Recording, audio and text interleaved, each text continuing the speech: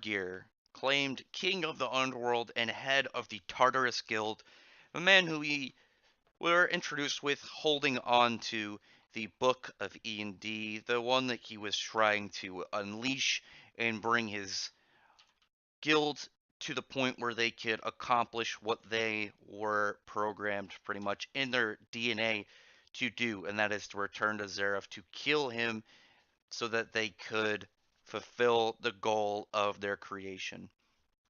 Geer was one of the, I would say, most prominent villains within the point that he was in to where he ended within Fairy Tail. He was extremely devastating from every single kind of moment up until the end, and he was given a large set of skills and abilities. So let's kind of go over those, just kind of make them small, put them over here in this corner. And let's look at some of his stats and some of the things that really kind of make Geer pretty strong. Obviously, he's a demon. He's an Aetherius demon. He should sit within the small island level of destruction and durability, and has hacks such as his durability voiding attacks like Allegria and Memento Mori. He guy's resistant to petrifications, though he is weak to abilities made specifically to counter demons, like we saw that with Gray's Demon Slaying Curse, and specific traits that he has and abilities: flight. He's got omnidirectional attacks that also can restrain, and his Allegria Curse. That is obviously a very good one to really note because it's not as up to bat really as his Memento Mori.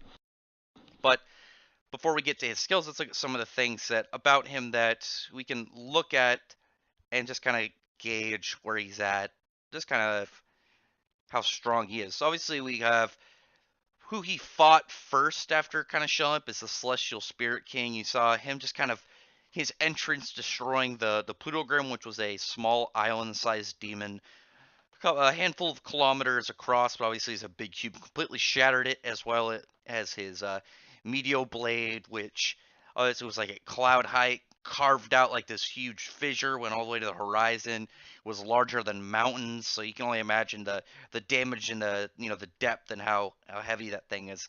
Especially when you look at it and you saw it kind of like getting bigger as it was going as a triangle, obviously a slash attack.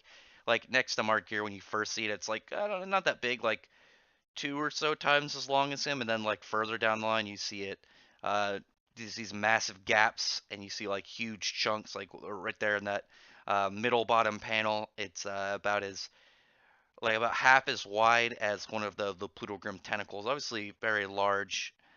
He's got his basic attack, which are his thorns, which can come out of seemingly anything. Like can just come out of non-living matter, like the ground walls, and especially when you have something like Kyoko, who took a lance from Urza to the gut that went all the way through the Plutogrim, through the center point, and having its own gravity to take note. So it went through, got to that center point of gravity in the middle of the cube, broke through that, and then went out the other side, and she took no damage.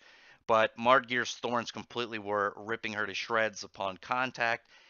You have his bigger thorns, which pierce the Celestial Spirit King, and if left unchecked, they will just continuously multiply and keep peering and slashing and stabbing, and were enough to break this guy's armor, which was able to withstand the force that he was generating while traveling in that intensive like speed and ability that crashed through the Plutogrim and causing his Meteor Blade and whatnot.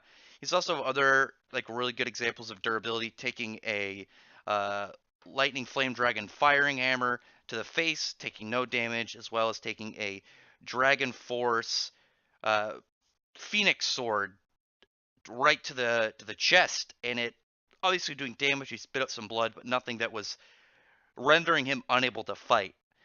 And then you get some of his abilities that are smaller but useful.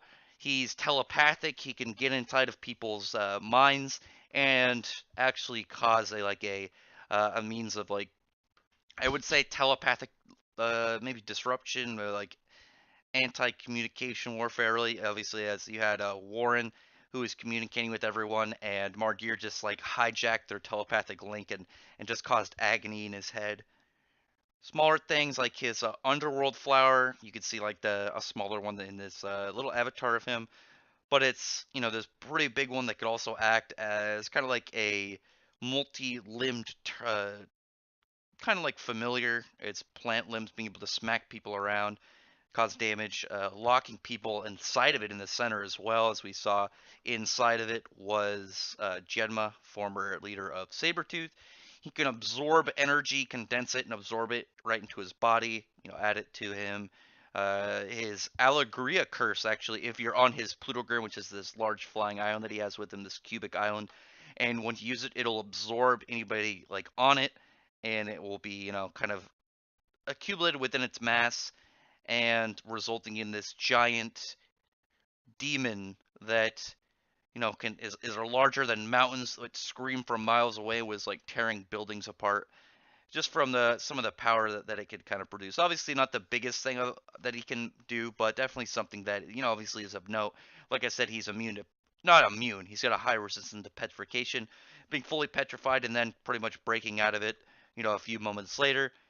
Smaller attacks, like he could throw these little roses that explode upon contact, and then kind of on the larger attacks, he has his power up form, his Ethereus form, which heals his wounds and gives him flight and upgrades all of his other abilities, as well as it gives him a random other attack that didn't really. I was like, why would you just add this out of nowhere? But it kind of did. It says Dia Yurgiso, which is kind of like a just like a large mass of roots, like tree roots or something that come from I don't know, seemingly maybe a pocket dimension or something.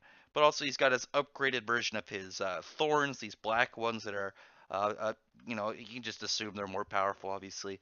And obviously, the biggest thing about Geer, the most devastating, is his trump card, his Memento Mori curse, which voids out the concept of life and death and kind of erases somebody once fully invoked. You know, and it's a little bit hard because once it gets on you, it paralyzes you. It completely makes it so you can't move, and just is an all-around devastating move. Though can be countered with specific demon and curse countering abilities that we saw with Gray and his demon slaying curse being able to nullify it, so it wasn't able to erase him and Natsu. But that's kind of Geer in a nutshell. This very interesting, at least in stats, not the interesting depths to his character and why he was pretty interesting. But otherwise, that's gonna be it for this Clash profile. Look forward to the next one. I'm gonna try and upload a couple more than usual this week because I didn't do as many as last week as I wanted. Got a little distracted. Subscribe if you are interested in this kind of stuff. If you like these, character stat analysis, and you can look at them, compare them to other characters, and really kind of gauge what exactly a character should be at when you kind of put them in a fictional fight which for against another. This is obviously one of my longer ones. It's because Geer has so much stuff kind of added to him, so I spent a little bit extra time on him. But otherwise, yeah, subscribe, thumbs up the video, share it with somebody else that you think might like this kind of stuff. But otherwise, thank you very much for listening. Bye.